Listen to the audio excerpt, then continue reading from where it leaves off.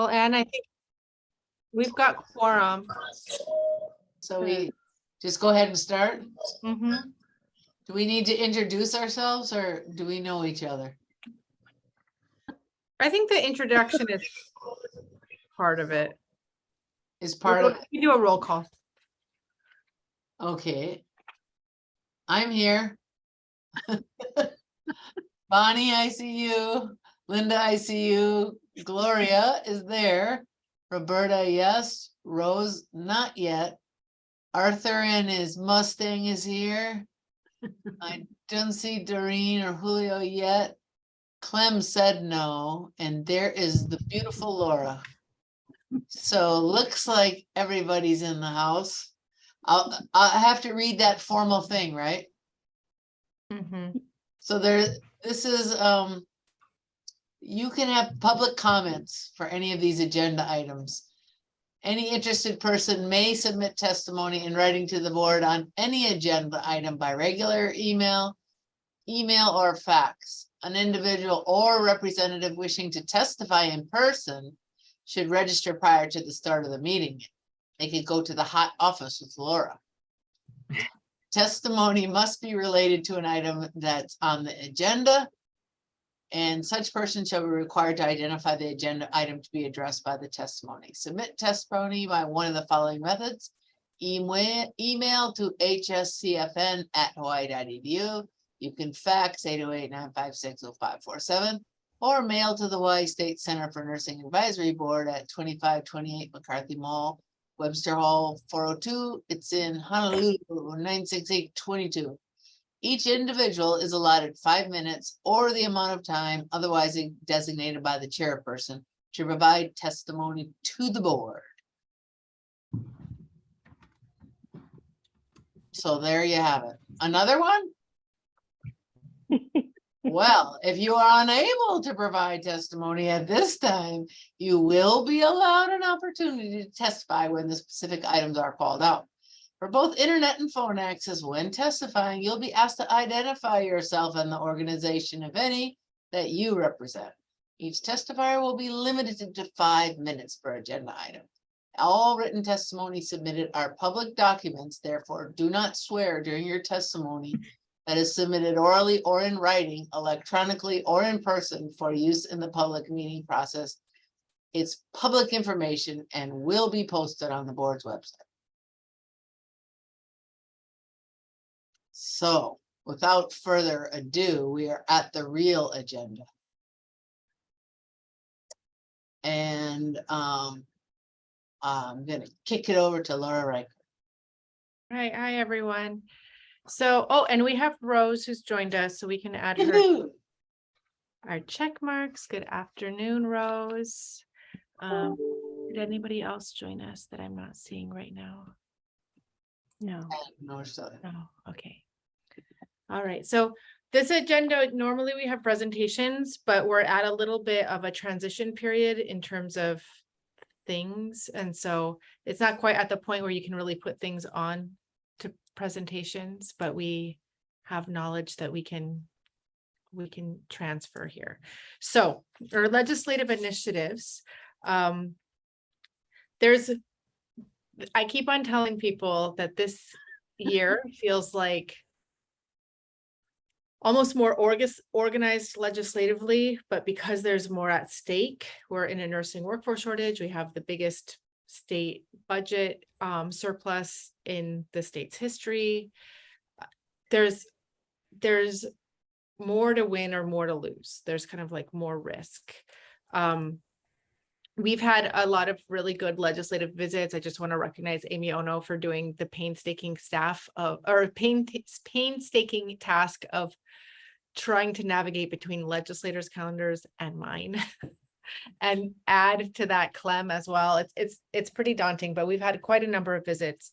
There's a lot of interest and also a better level of understanding of the nursing workforce and nursing workforce issues than in past years. When we're newsworthy, people pay attention. And though we are probably always newsworthy, I think the crisis with the nursing workforce and the relevance to everybody's communities, and particularly elected officials as they're thinking about how they take care of their constituents, and then how they take care, or how the businesses within their districts are affected. That's healthcare, right? Healthcare is everywhere. So there is a lot of interest, there's a lot of recognition, and then let's add to the equation that we now have a physician who's a governor. So there's also a large number of initiatives that he's bringing to the table around healthcare. So I don't have a presentation. I'm just going to list off what the big topics are that we've identified so far. One is, so let's, and I'm going to start with education and go through kind of like education through practice, just for a logical and linear progression. One is we have a nursing faculty shortage. Nursing faculty, I think we all recognize and appreciate, are a specialty. So when we talk about specialty development and specialty deficits, nursing faculty are very important to the nursing workforce. Without them, we have no nursing workforce. We have wonderful resources on our website that are under the report section. And then also some of those are cross-posted on the research section. We've done a deep dive and a deep focus on nursing faculty since 2018. I mentioned this, that was an advisory board priority at that time. I mentioned this because that data is very important. That data has been used by UH to ask for 33.5 additional faculty and staff positions across all of the UH campuses. Gloria, you said once that if they opened a UH West Oahu program that you would teach. Well, I just want to let you know that they are starting up it's kind of like it's not formally called a continuation program, but UH West Oahu is doing the pre-nursing, like the prereqs, and then students can apply to Manoa. The faculty will travel over to UH West Oahu campus. And so the students will learn the didactic portion of their education on that UH West Oahu campus, serving the West Side. So, and the students will, the priority students in terms of applications reviewed will be West Oahu enrolled students. So really serving the West Side. It's not like it's not beef stew where anyone can apply from anywhere. It's West Oahu first. If anything is left over, then it gets opened up to the rest of the, any other applicant. So that's happening. Hawaii Community College is looking to expand to to Kona, have more services on that side. All campuses then asked for additional staff. UH Maui College asked for more support for their LPN glide path and their ADN program overall. So those are some that are kind of differences, different nursing school offerings than just expanding their current offerings. And all of this is detailed in their legislative briefs. All of this, it will be public. So it's a big undertaking. One thing, and just looking at Roberta here, one thing, a challenge with the legislative request and going to the legislature for additional funding positions is that doesn't get our private universities any additional funding. It doesn't change their business model.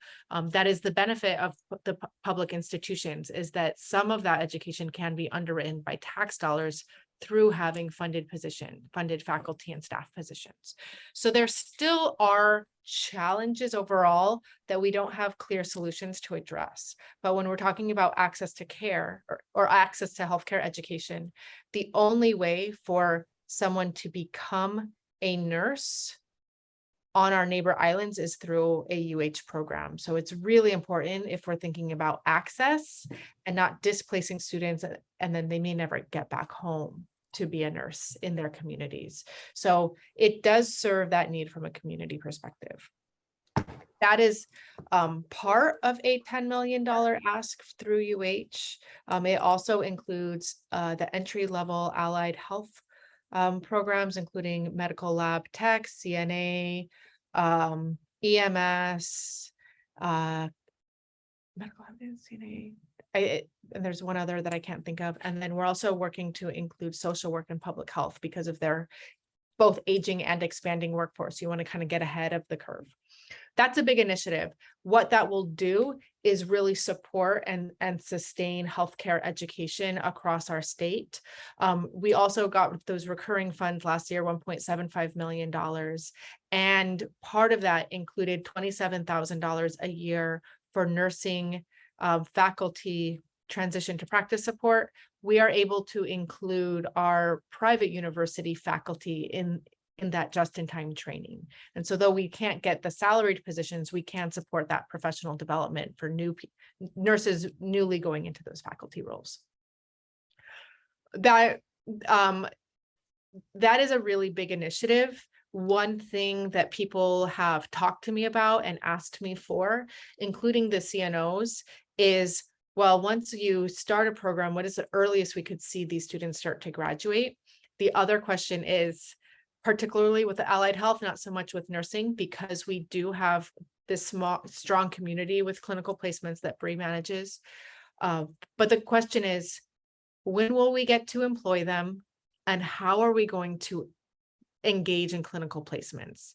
So increasing capacity is great when you get the employee, but it's still a really challenging period of time in that pre-graduation and then post-graduation period.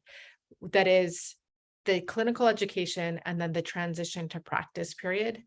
That is a heavy lift, and that constraint is not going away. In fact, it's going to become more challenging.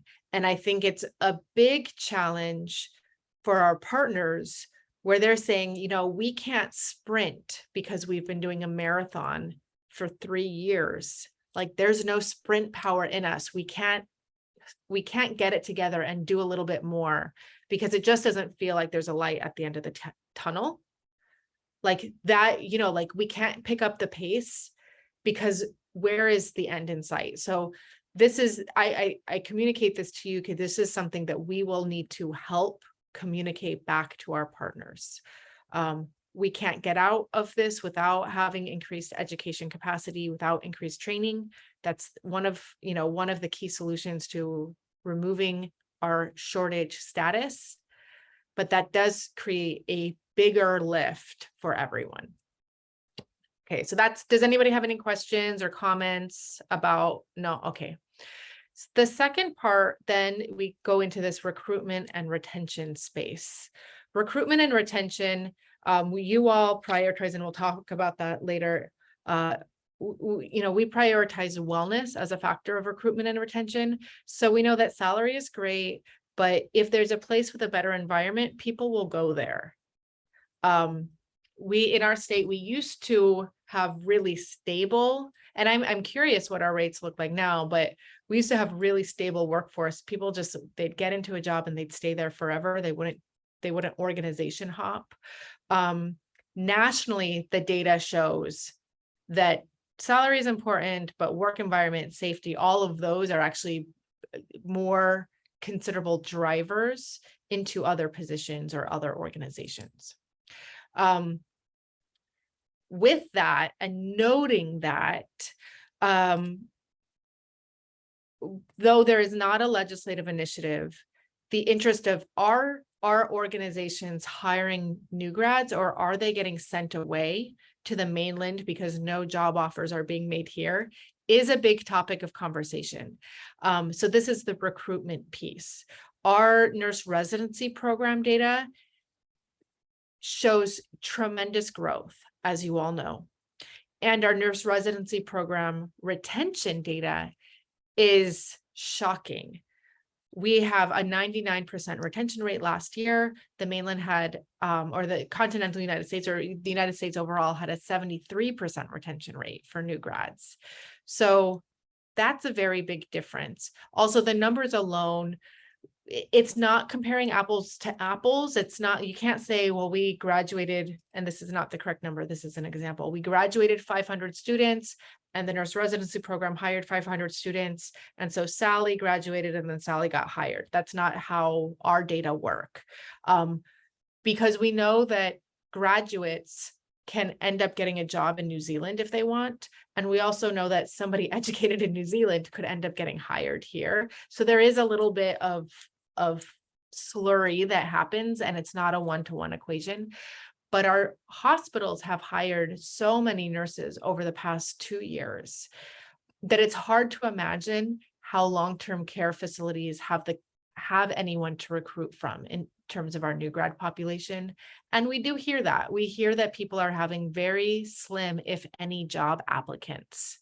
So we know that the applicant pool is small, including our new grad pool, and that our organizations, our nurse residency program organizations, let me say that a different way. Our organizations that run nurse residency programs are really almost at capacity. They have because they've hired so many new grads, they really can't hire anymore.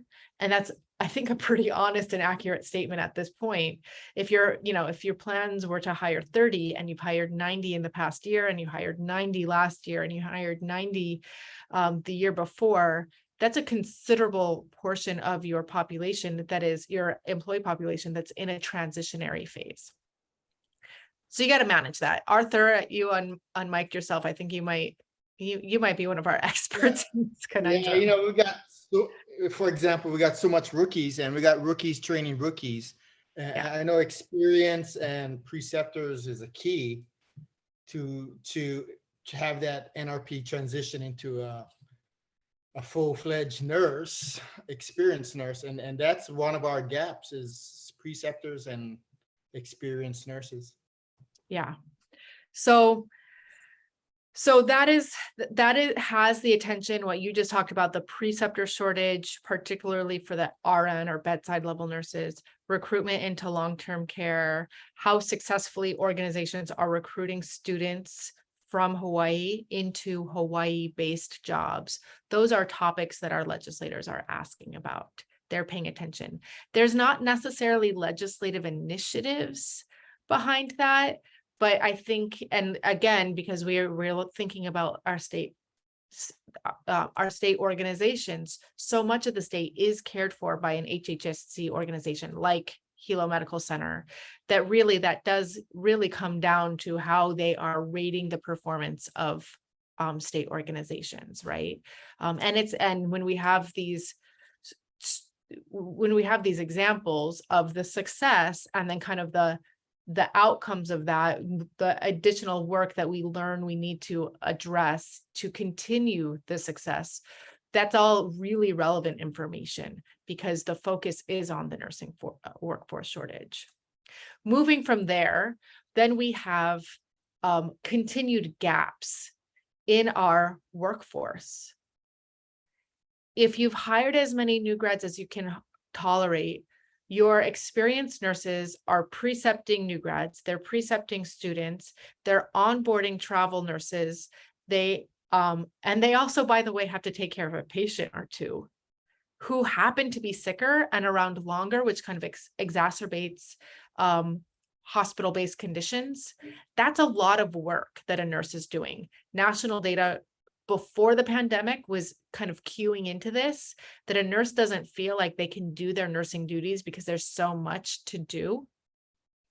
And I really don't know that data. That was the Linda Aiken study, Carrie. That one was acute care and not long-term care, right?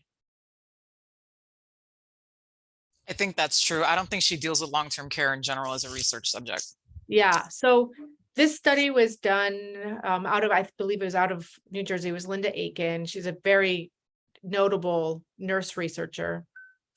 The challenge with this, and why I just asked Carrie for a recall, was we don't have that knowledge about long-term care, but we can only imagine how it applies to long-term care.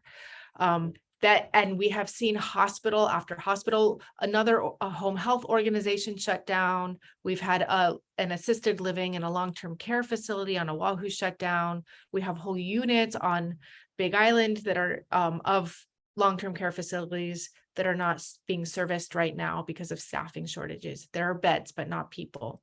So we have a really big problem here. And there's just not enough people. So organizations continue to look to staff nursing, not staff nursing, sorry, staffing agencies for nursing. This is expensive. We also know that when you're coming from, when you're doing 6 or 12 week contracts, you may not know the unit culture, the organization culture, and certainly not the community's culture. And we know that all of that is so unique in Hawaii, very different from other communities that may have some similarities from state to state. We don't. That's a challenge. And it also taxes our experienced nurses or any nurse at the bedside who's always onboarding the staff. So it's another thing for them to do, but we don't have another option out because we need to have 24/7 care. So there's a problem there. Some organizations are looking at the nurse license compact. The nurse license compact is essentially the driver's license model. So if I am licensed in Hawaii, Arizona is a compact state, Hawaii is not, but let's pretend. I can go and pick up a 4-week shift in Arizona using my Hawaii license. If I do something wrong, the communication needs to go back to Hawaii. So unlike a driver's license where I would get a ticket in Arizona and I would have to deal with Arizona's legal system, the licensing is still anchored to your home. And there's some challenges there. I'm not going to describe it because I'm looking at the final draft just to check the periods and spaces. But Carrie has written an information not so brief is what she's hilariously calling it. I don't know how many pages is this? It's an 18-page document, but it's a bullet point checklist. Like, what is your question? Go down, look at it. Gloria. I was listening to this conversation. I was thinking about 20 years ago when new grads weren't being hired. And I'm looking at the workforce that those that were more senior nurses are probably retired by now. And those that were maybe 5 years into being nurses who actually now have 25 years experience. What are their experience levels on building nurse residency programs when we had a period of time where new grads weren't being hired? Yeah. And so part of what I'm kind of, just in my mind is that, do we have people because of that gap that occurred that are experienced on building nurse residency programs? Because it would be just about the same time as me, where new grads weren't being hired. Although I love public health, so I knew where I was going to go. But do we have people out there that were in those particular fields to build, these programs for nurse residencies that has that experience and knowledge? Or are we seeing that as a gap also because we had a period of time when new grads were not being hired? We actually have experienced incredible growth in hospitals that offer nurse residency programs. We went from 5 active hospitals to, I think we're at 10 active hospitals, and we went from 9 contracts to 14. Some hospitals have the contracts and they're still figuring out how to do the work. So for acute care, we're covered. For long-term care, more and more models are starting to pop up, but also not any model. There's not one model that seems to be the perfect fit. Some long-term care facilities are saying our patients are so sick now that they're wanting to put a med-surg residency into long-term care for their ADNs. That's great. We've also talked about to our curriculum provider HealthStream about creating a 6-month residency for LPNs so that they have something. But I mean, if we did a year long, that would be as long as our education program, so we have to scale it a little bit. And there's efforts to grow and sustain workforce development and support for long-term care. I think in acute care, we're pretty good, but I like your idea, particularly as it relates to long-term care, that maybe we can pull these folks who are nurse educators in clinical settings, but bring them into a setting where really there are no, well, I don't want to say there are no I can't speak, resources, but there is a deficit of resources as compared to the need. Yeah, I love that idea. But then going back, so some organizations are looking at the nurse license compact. The challenge with the nurse license compact, one is, and just to be forthcoming, if you have a license in another state, you don't pay a license in Hawaii, and you also don't register to the Board of Nursing. So the Center for Nursing would lose license fees. We would also lose workforce supply data because those nurses wouldn't be surveyed. But it would also unfund DCCA by about $770,000. And one clarifying question, Carrie, is that annually, or do we know the periodicity of that financial loss? That was based on NCSBN's assessment of what they would lose in license revenues. And so that That loss, must be a year. well, Leanne and I were having this conversation earlier. You're going to feel it in the first year, but then your budget is just you have to get used to the fact that you now have an ongoing shortage relative to whatever last period of time prior to the compact was. So it's not you don't feel that loss of $750,000 every year. It's relative on an ongoing basis to the last year in which you got the license fees. Yeah, it's the step down. It steps down. But otherwise it would have been a sustained budget gain, or say, so instead of having a sustained budget of $770,000, it's a permanent loss of that amount of money. That is correct. So that's pretty big, because DCCA has a division within professional and vocational licensing. It's their licensing division, and they're paid staff to process licenses. It's not the Board of Nursing that looks at nurse licenses. It's staff who look at all of the licenses applications in the state and process them and then send them over to the Board of Nursing.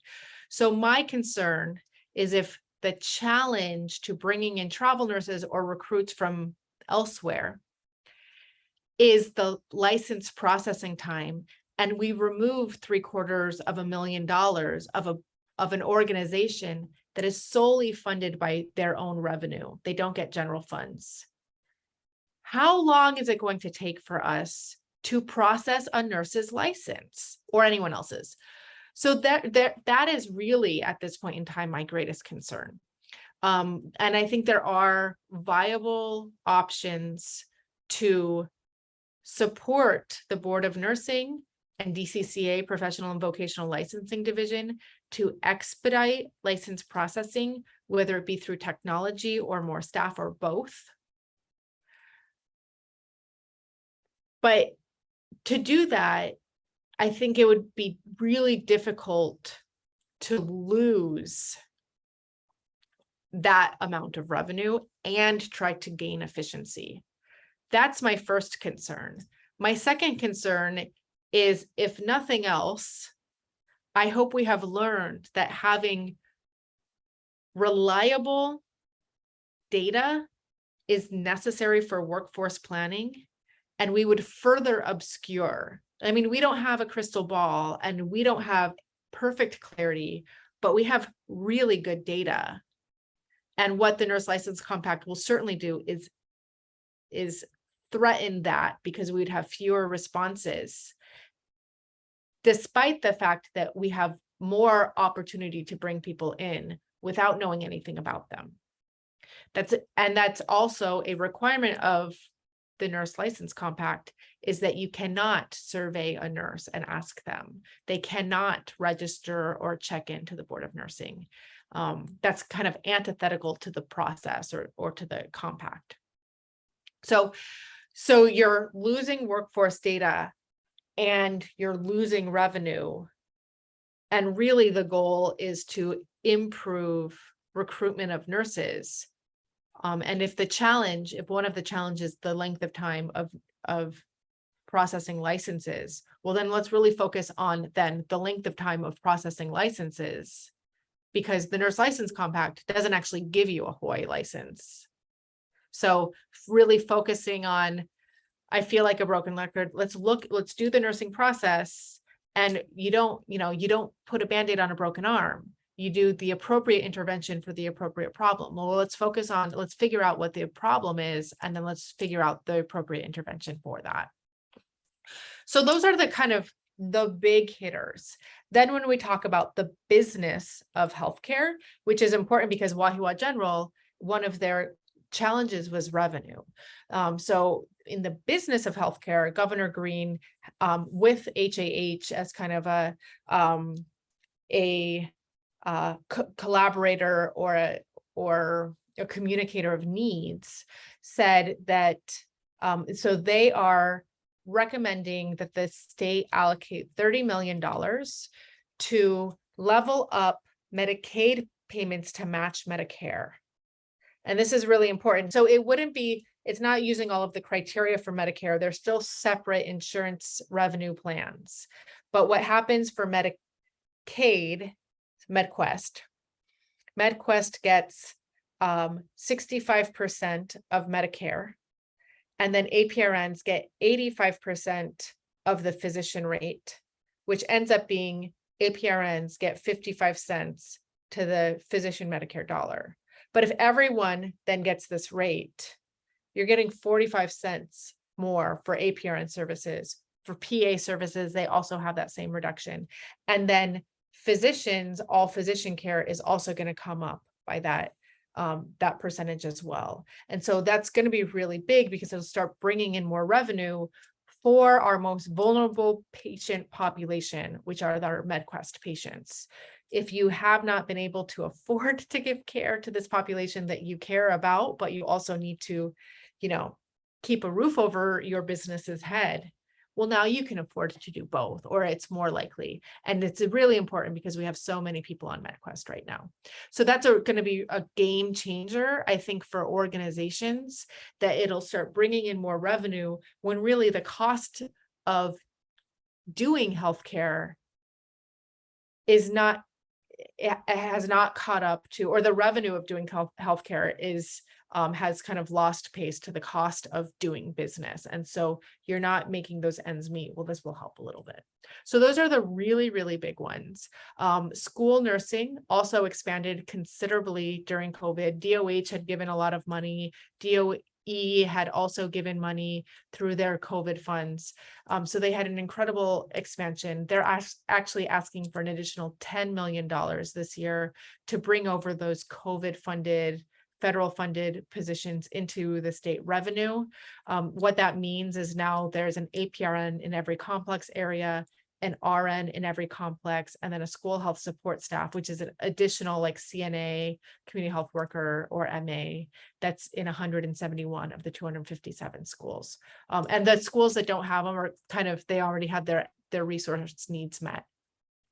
So now we have students in the public system who have access to healthcare workers, and then their parents can be contacted if they need additional services or medication, et cetera. So they can provide or they can receive healthcare services at the school. It's also a really big support for public health nurses who have always supported school nurses, but then have had so many recent other priorities in recent years. And you can't continue to kind of cut the slices of the pie smaller. And so this will also relieve some of that pressure from public health nursing, which I think will then also help. Going back to talking about nursing duties, you have all these responsibilities, and oh yeah, you have nursing duties to do. I think public health nurses also really are caught in that conundrum. And then the last is preceptor tax credit. So we will be going for the same bill essentially that we have in years past, but also there's a couple other professions that have similar criteria. So they have a local training program. They have local training programs. it's graduate level education where they have require precepted clinical education, and they are and they're billable. So the providers are billable, and the providers are licensed. So that's social work, PA, and registered dietitian. So there would be the addition of those three professions, as well as keeping APRNs, pharmacists, and physicians. So those are the big initiatives. Then abortion, there's a lot of abortion bills after the Roe v. Wade overturn. Our care choice is coming down. There are some APRN barrier to practice initiatives that some hospitals have found. But there is also this ongoing work that the center is leading to do kind of a scoping review of all of the barriers to practice, and then work with the legislators next session to do a big omnibus bill. So I don't think that will be as big of an initiative as perhaps in a few years ago. Any questions? So as it goes, so the legislative session, it starts tomorrow. So we'll start to see bills dropping tomorrow. We don't have any bills or bills numbers, drafts necessarily. As it goes, we usually end up reading up probably about 150 bills. We track about 80, and then we give testimony on about 10, and that's busy. I think it might, because there is so much money in the budget this year, I think there actually might be some more initiatives. People really work to get organized, to get big initiatives through this year. But I think also that means a lot of initiatives will die because you just can't spend every drop of the money. That's not responsible either. So we'll see what happens, but it's going to be a big year, I think. All right. So that's it for the ledge session, as much as I know today at this point in time. Is Any that other all? That's so much. Oh, I have one more. And we were asked, no good deed goes unpunished. We were asked by Rep. Onishi to work on like an ongoing series to help new legislators learn about healthcare so they can be confident decision makers. He made a great point. If you've never, so Gloria, you're clapping. I think I just got my co-lead on this. But no, I haven't even had a chance to think about this, but it is something, and then because we are within UH, I did communicate it up to VP Calbert Young and President Lassner, and they said, that sounds very nice for you to do that, Laura. So I tried to pass it on and it didn't get passed. But we'll be, I think we have a good connection with many organizations, and we can do kind of a collective effort to make that work. Okay, so the next on the agenda, oh, sorry, Anne, I think you're supposed to move us along. Okay, we'll pretend it's 6:05 and go for Yeah. the workforce report. All right, we're a little bit past. The workforce report, if you all can take a gander at your minutes from May 18th, 2021. And it's on the first page of the minute contents. I don't have the page, but it's the first, or it's the second set of second agenda item. It's called Research Update by Carrie, which is, yeah, page 7.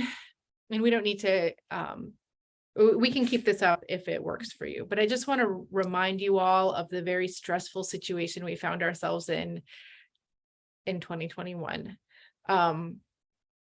Carrie does a very wonderful job tracking very detailed amounts of information, including how many how many workforce survey responses we get by day for the entire fielding period. And she's done this every year. So let's all thank Carrie for that. Because had we not had that data, we would not have realized that our normal and average fielding response rate of about 50% had dropped down to 4%. I don't have the percentage here, but I know it's At the end of the day, I think it was 13. Don't quote me. I think it was about 13. But that was after the big response. So what yes, happened? correct. So what happened was we were very low in our response rate. And the reason for that is that DCCA moved to a new and optimized online license management system, I guess you would call it, information management system. So those of you who are nurses, if you recall from 2 years ago, it was a different system how we licensed or how we renewed our license. In some ways, the automation and how we paid was better, but when they tested the product to make sure that all of the information was available and correct, they tested the nursing workforce survey link was at the beginning and the end of the license renewal, as they have agreed to do and have done for several years now. And they tested the links worked. They had tested the invoice process that worked. And then when they went live and they launched this new product on nursing of all professions, so we are the largest profession, when they went live, the links or the directions or the connections, I don't even know exactly how to describe it, but the information exchange from thank you for licensing to please remember to do the nursing workforce survey was nowhere to be found. It wasn't there. When they went into the test site, it was there, but in the real life site, it wasn't there. The only way we were able to find this information, and thankfully Susie Lee alerted to us like on day 3. And so we were just asking every nurse we knew, our staff and board members included, to just screenshot non-identifiable information, but screenshot along the way so we could document any changes, because we didn't have access to the system. And because of the workforce, the loss of workforce data, the lack of the link, we requested that the Board of Nursing give us contact information. They only give us mailing addresses. They didn't even have complete and accurate records for that. We created a beautiful mailer, a postcard, had a QR link, it had a short link, it had all the information. We also realized through this process that invoices were not being sent out after payment. So they had to send out all the communication after the fact anyway. So Board of Nursing included the link. That was the most important action that led to the greatest response rate. And then we also left the fielding period open for a longer period of time to just eke out any responses as possible. Let me tell you, this was worse than getting stuck on top of a roller coaster upside down. It was just this is what the center really, in so many ways, we have so many big programs, but research is just a pinnacle. And so thinking that for the first time since we started in 2005, that we would not be able to report to the state, and we were in a pandemic, and we knew we were having a growing and worsening workforce shortage, and we were going to lose this, that was not okay. DCCA demonstrated that they were very welcome and responsive partners, but they still, there were still challenges, right? We tried getting the license survey or the workforce survey required in our bill last year. That died. That was the only way we were able to get the $60 was by giving up the license, the mandatory license survey. So we don't have that. And the day that bill dropped or that act dropped with the requirement for the survey removed, Board of Nursing called us and said, well, we'll figure it out and make sure that we're strong partnerships. So the partnership is strong. What I want to bring to you all is really, what do we do about it? So Carrie and I have drafted an email. We're going to ask for a formal meeting. What else? And we'll have another meeting in April so we can continue this conversation. Or March. What else can we do to improve the response rates?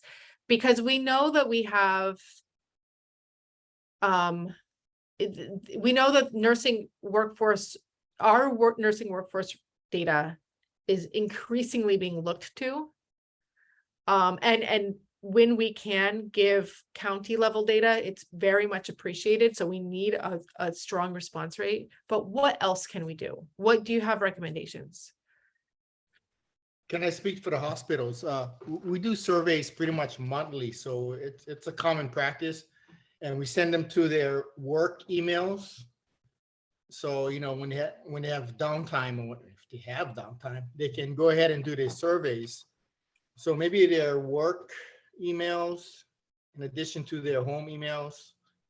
And I'm not sure about people, nurses outside of the hospitals. Do they get surveys? Are they familiar with surveys? So that might be another. Yeah, for our organization, we do outside surveys from a third party for employees. And we do use email. In our organization, we're finding out that emails are not working anymore Oh.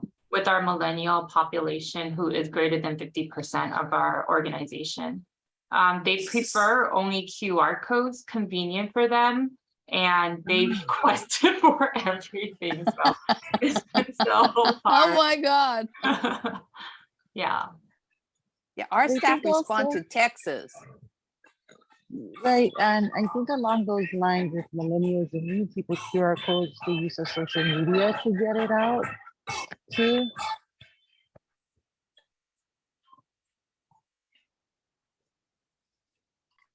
So part of my malfunction, you guys are making very good sense. This is how you get people to complete surveys.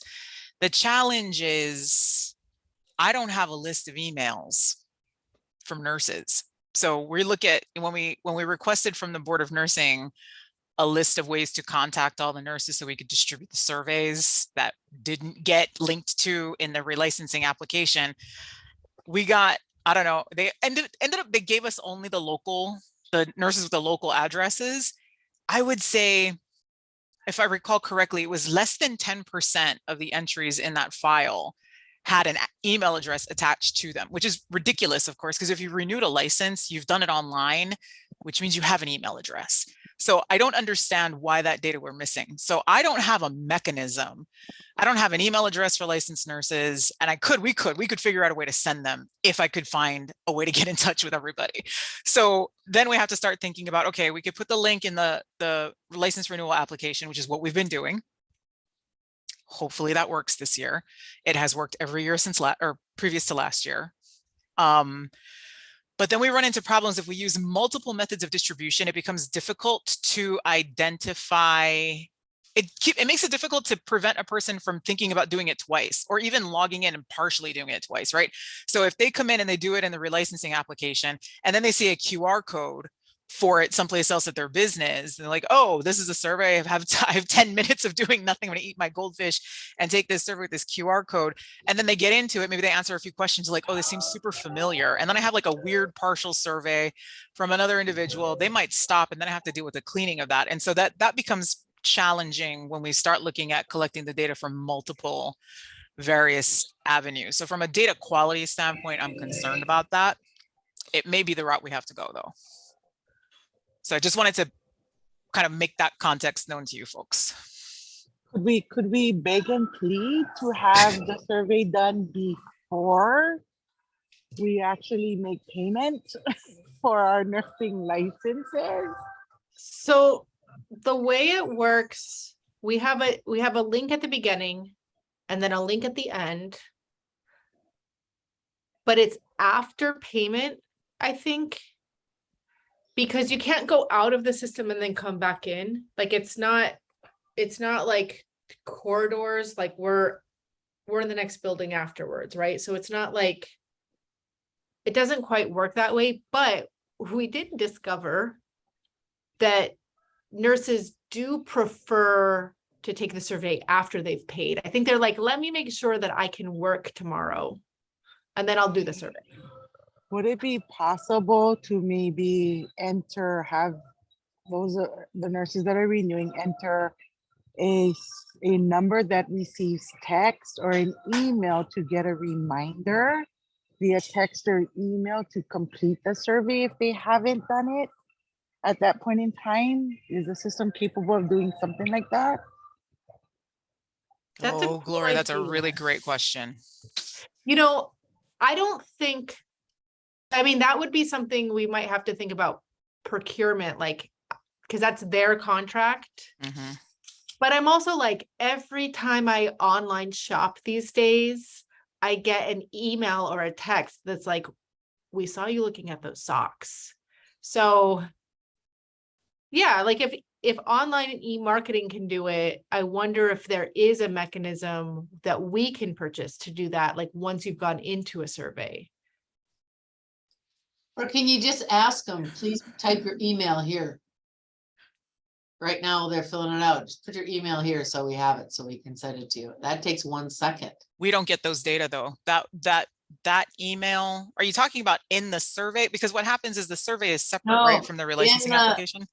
Oh, no, in the licensing application. We wouldn't get access to those data.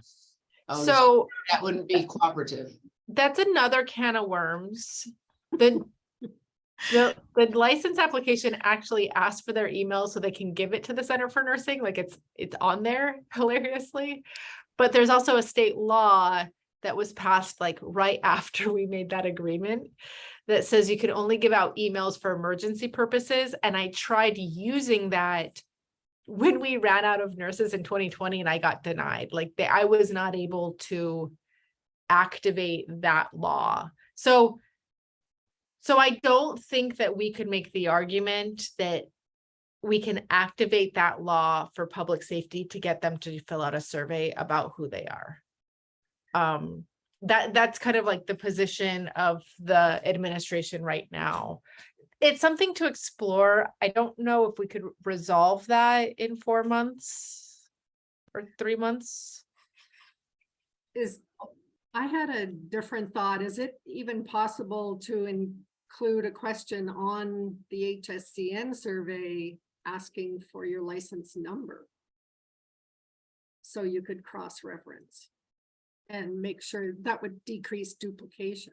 That is a question I go back and forth and ask myself 1,000 times. Originally, the survey was a activity of human subjects research. So the previous researcher had submitted it as an IRB protocol. Part of the agreement with the IRB was that we would collect the data entirely anonymously. It has been since deemed non-human subjects research, no under the purview of IRB. So I can collect identifying data. It is quite a departure from what we've done historically. So I guess this is a great group to be asking. Is that something we should be looking at doing, is asking a nurse to de-anonymize themselves for the sake of providing the data? I really would love to hear from you guys about that. Roberta. I would like to say, so I have licenses in multiple states, and I've lost track of how many now because some of them are inactive. I think 11 states.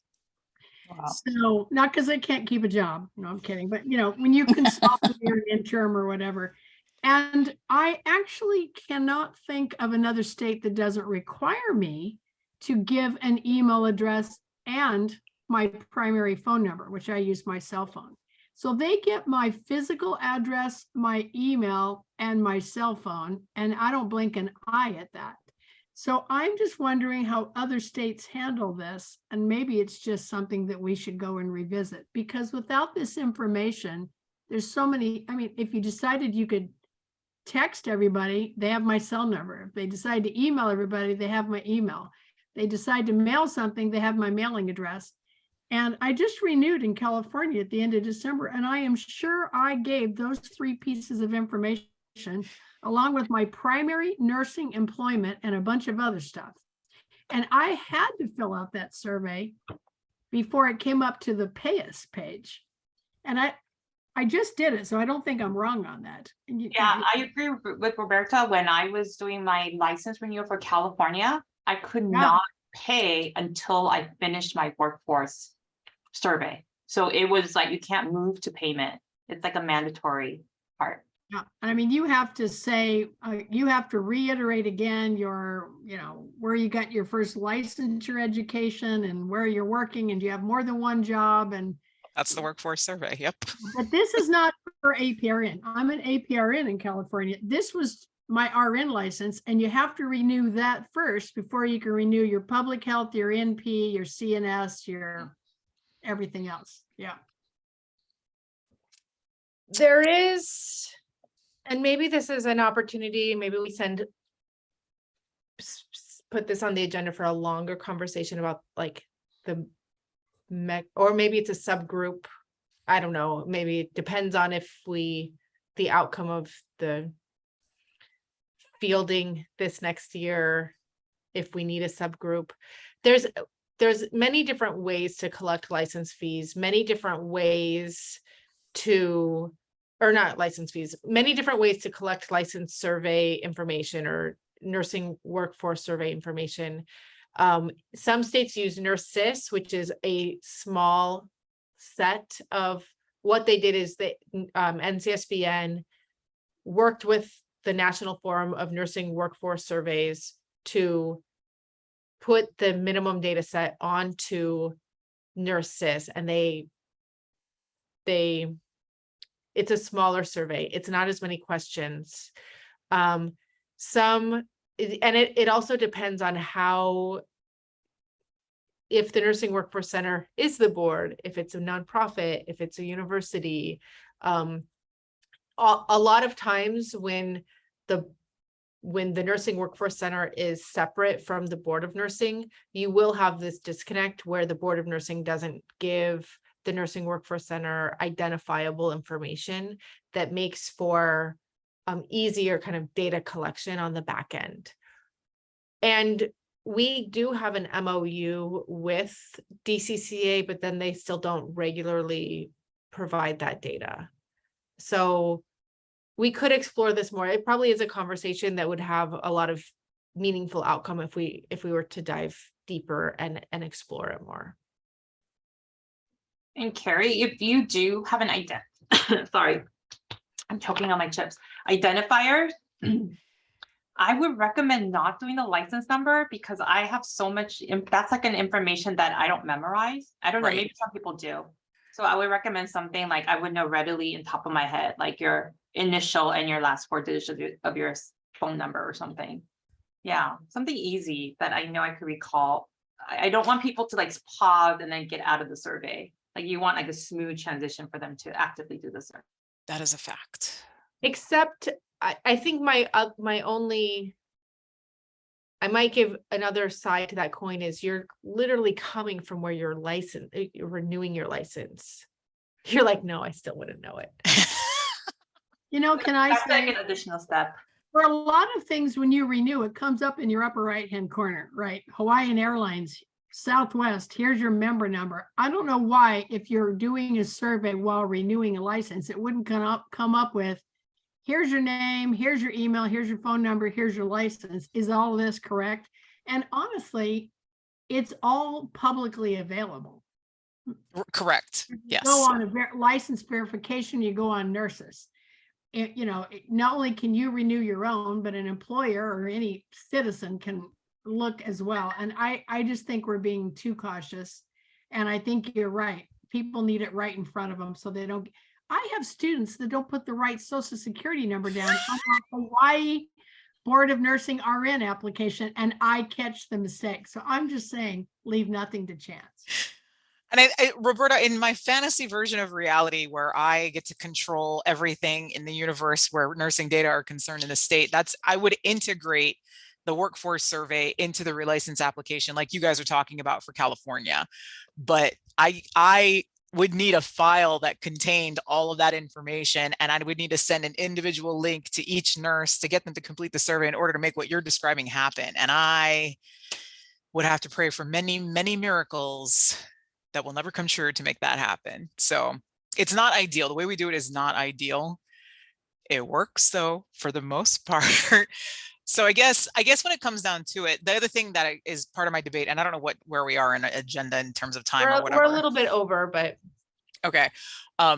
So the other thing is, I don't know what I would do with the nurse license number, because what other states do when they have access to data from the Board of Nursing, they can match, right? So they get a workforce survey, they have a license number attached to the responses on that survey, and then they can append it to data that comes from the licensing database, right? So I might not have to ask you for things like, what are your, like, what is your certifications in? Because I would have that data from the Board of Nursing. I have no access to data from the Board of Nursing. And honestly, the board doesn't collect very much data in terms of demos and whatnot. So there's nothing for me to attach the survey data to. The only reason I would use it would be to see, did a given nurse complete the survey, which unto itself, that information is not interesting to me.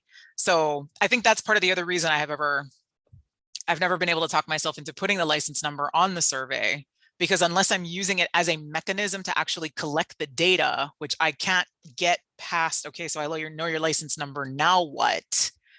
I don't have a forward path to see how that license number would help me actually get you to respond to the survey. Short of that, I don't see a reason for us to be collecting it at this juncture. It would deal with your duplicates. It would help me deal with the duplicates. That is true. I think the other thing you can help with, not to make more work, is you may want to survey subsets. So let's say, in California is not my gold standard, but I only have one license in Hawaii. But let's say you wanted to talk to me as a public health nurse, you could send me a survey. As an FNP, you could send me a survey. As a CNS, you could send me a survey. As an RN, you could send me a survey. Somebody that went to school in California for initial licensure, you could send me a survey. So I would just say we can't always anticipate what we need to support legislature and support grant making and other decisions. And so I don't want to be a hog and have endless amounts of data we never use, but I think it does help you to slice the bigger pie into some subsets if you're doing that kind of research. And I've done that kind before, and it was very helpful.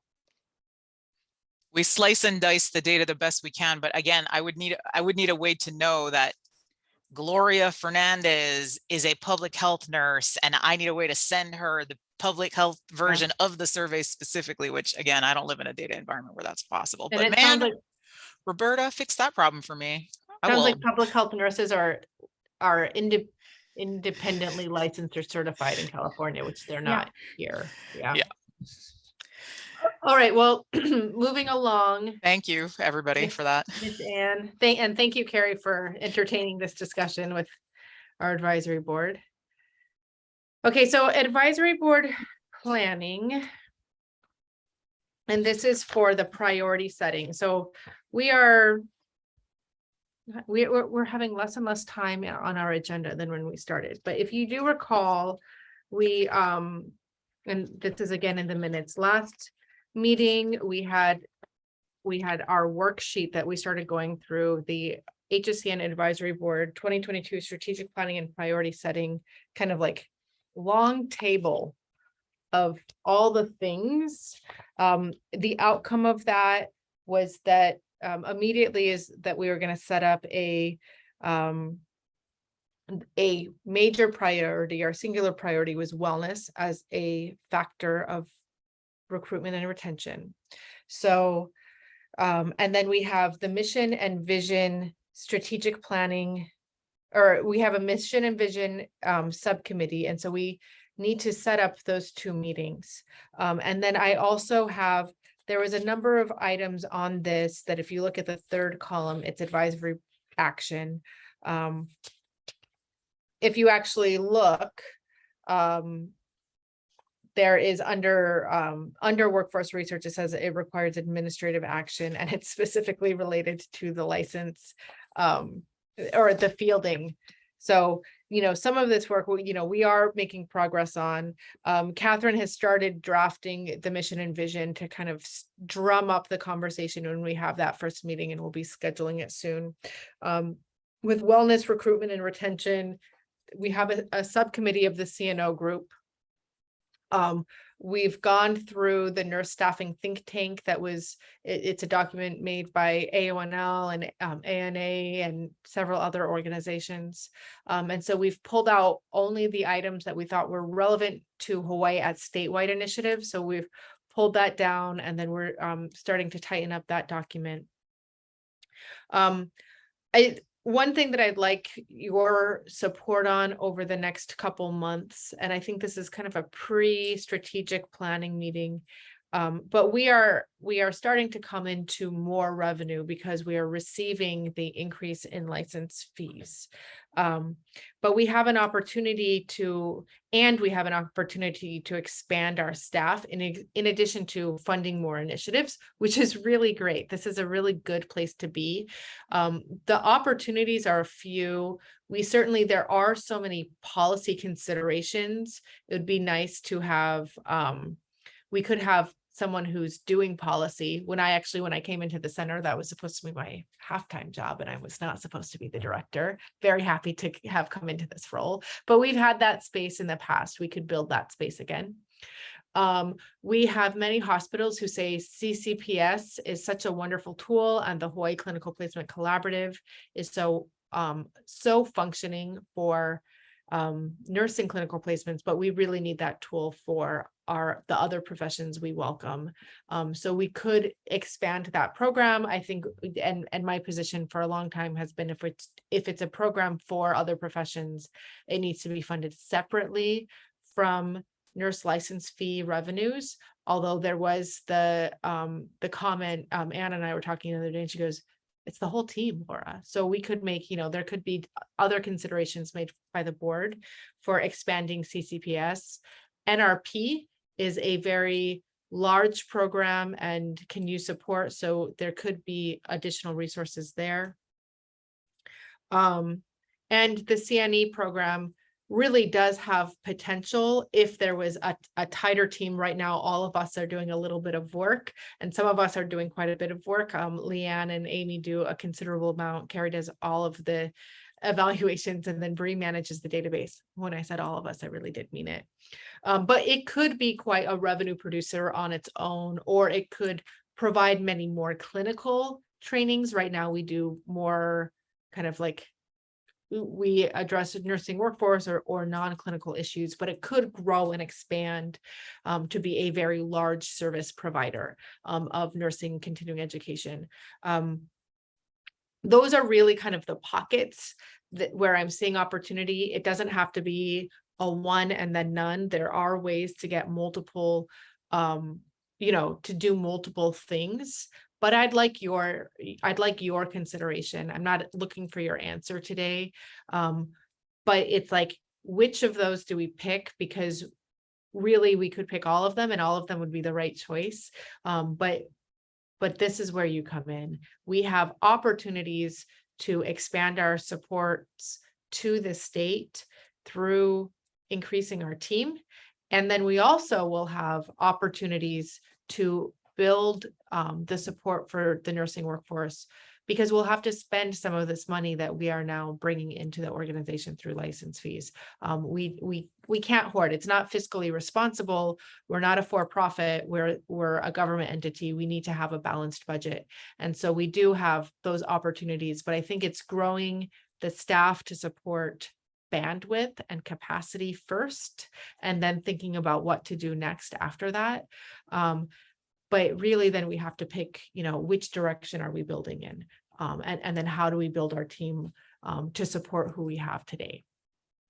And I think, I want to just emphasize that all of the staff, if you didn't pick up between the lines, all of the staff is doing their primary job and then several other things. And so we do have opportunities to become more efficient. So they have more bandwidth to be innovative and creative, as well as performing their roles, because every single one of the team members at the center is a bright mind. And if we are only having everyone do administrative tasks, then we're not being able to solve the big questions. So that's an opportunity to kind of make every star shine even brighter. So think about it, please. If you have conversations or if you have questions, it would be great. We will be continuing this conversation. And we brought this resource back to you so you could look through it. So that's it for advisory board planning. That's the big ask. Does anybody want conversation now?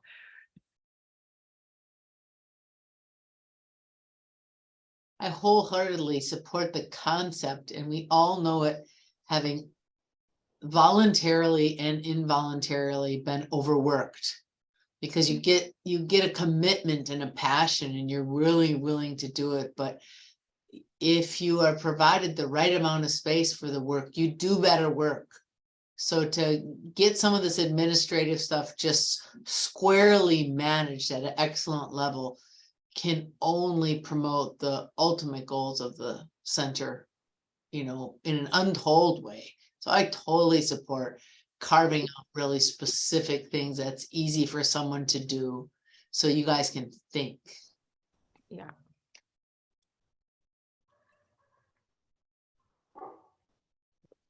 Thank you, Anne. Thank you, Laura. Good, good fodder for thinking about things before the next meeting. Yeah, so I know this is a lot of information.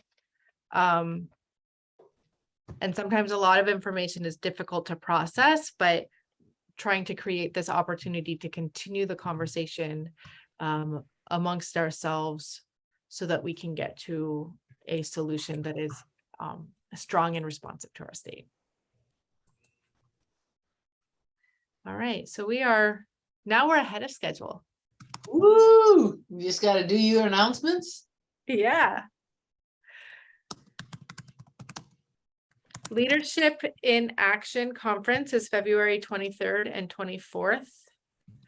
The Center for Nursing confirmed Rebecca Love, who is a nurse innovator. Her whole thing is about these days is about the value of nursing, of nurses and funding nurses.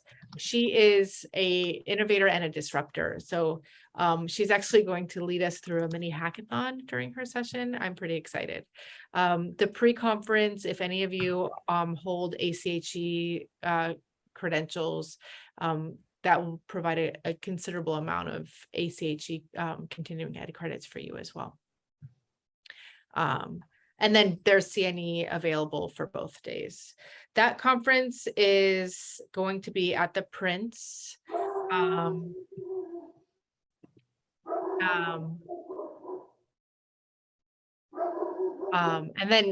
Arthur, thank you for your message as well. He's saying he's going to continue working with the CNO group so thank you for that strategy and support.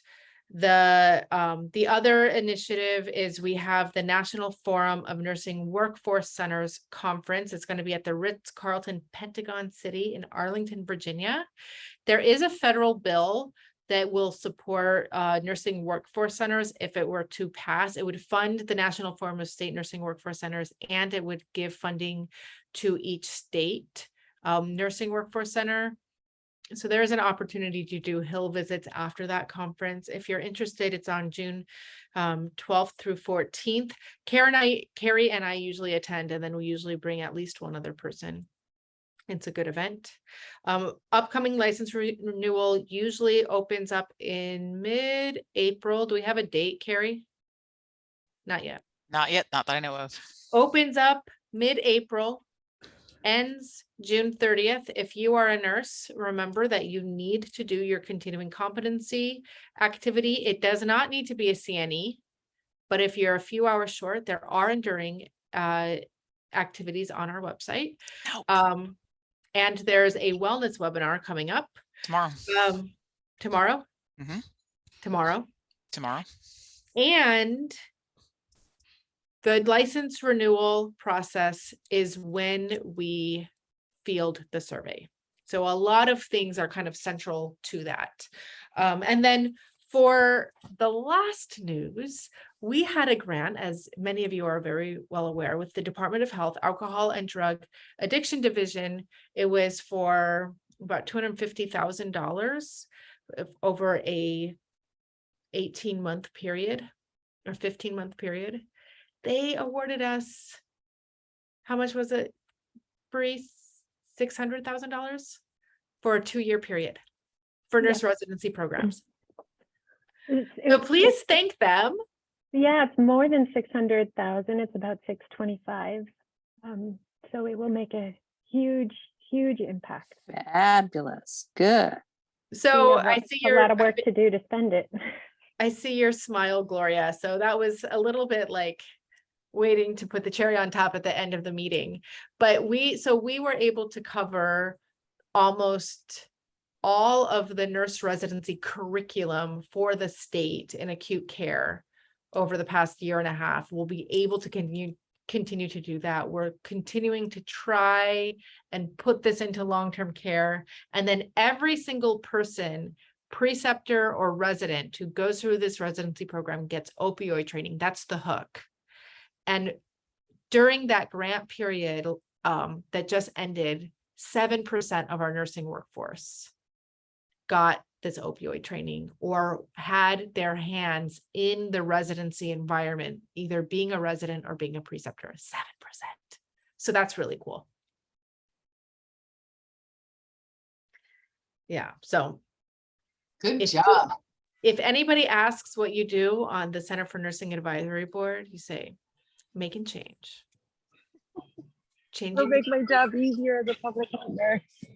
Yeah, we need Love it. public health nursing, huh? Let's talk about that. Yeah.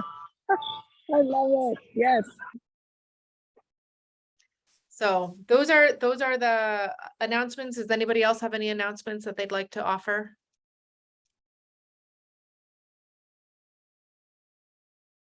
I don't know if we talked to you since we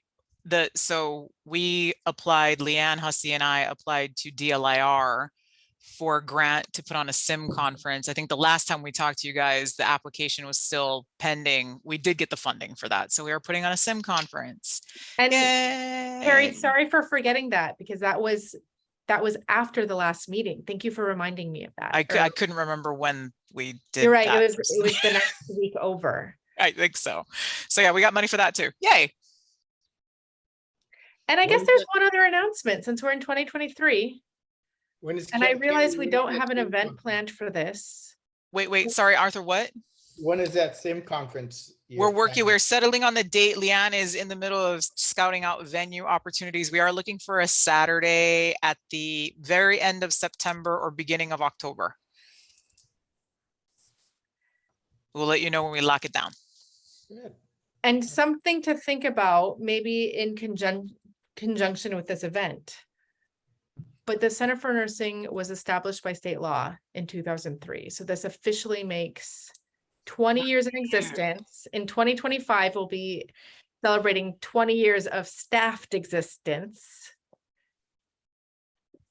But we might have to co-opt an evening social on your event, Carrie, because I think I think a need. we're trying to plan a Pauhana. Perfect. So that'll be a thing. We're trying to get one of the sponsors to fund a Pauhana. So Yeah, that'll and then get some good room rates at wherever we're hunting. very responsible, and very responsible. They don't want me on the plane. All right. Yeah. So we got the SIM grant, we got the DOH grant. Arthur? I got one question. What's the turnaround time on licensing right now? For Still Grant. 45 to 60 days. 45 to 60 days, okay. 45 for nursing by, it's closer to the 45-day mark for nursing by endorsement, and then a little bit longer for nursing by examination because they have to get the exam. Okay. I'm assuming, Carrie, do you know if that's, That is the last I've heard. Yeah, that's what they told one of my travelers that supposed to be here today. And I'll add, Absolutely. nursing by examination, they don't seem to be having any trouble getting a seat to take NCLEX. The delay for some of them seems to be getting the code to test. And, you know, we had a shift where we started turning in their applications before they finished. And then they could get a code to test. They just couldn't get a license till they had a transcript showing their degree. So they got a code to test on an attestation list. But right now, we're having some students who graduated December 14th that don't have a code to test yet. So it seems to be just a bit delayed with some students. I don't know if that helps or not. It's not a criticism. It's just how it's going right now. that's objective information. I would like to know what other states period for endorsed licensure is. Are we in a ballpark or are we? If you look at NPR came out with an article at the end of last year, we're actually below the median. Yeah. So I don't know whether that's Other still the states are case. worse. Other It- states are worse. It In some seems, states, it's till hell freezes over. I'll just say it. Like New York. It takes forever. it does seem at the National Forum of State Nursing Workforce Centers ED meeting, or subscribers meeting it's now called, that I was at last week. It does seem that 45 to 60 days is a standard. There was, Washington State has a commitment to process license by endorsement within 7 days. And they have their, like, how many days you can expect. It's on their website. But we couldn't find a law. It seems like just legislative pressure. And And probably funding. Someone's got to do it. yeah, but there, so I guess all that to say, Linda, there are significant outliers. But I also heard one nurse was waiting for like a year and a half, which there must have been a problem with her license. I don't know, or his Was license. probably educated in another country like me. They make it very difficult. Tell your foreign educated students to get a CGFNS audit of their transcripts. That helps. Just Exactly. saying. Exactly. Yeah. All right, well, That's that. that's that. Well, this is such a fantastic group, and I'm just so proud to have an association with the Hawaii State Center for Nursing. Thank you, guys. Thank you so much, Laura and Carrie and Bree. And I know Leanne and everyone who's not there, but thank you so much. You're just stellar. And all you guys on the board, I know you're busy humans. Thank you too for your service, and great stuff, great stuff. So now you can all go home and think about what to make for dinner besides chips. So the meeting is adjourned. Yeah. Thank you very much. Aloha. Thank you. Have a Bye-bye. good evening. Everyone. Bye. Bye. Bye. Gloria, I have to say your setting has been the most enjoyable to see the sunset behind you. No, yeah, I was lucky enough. I got to be outside for today's meeting. What So- joy. Thank you for bringing that.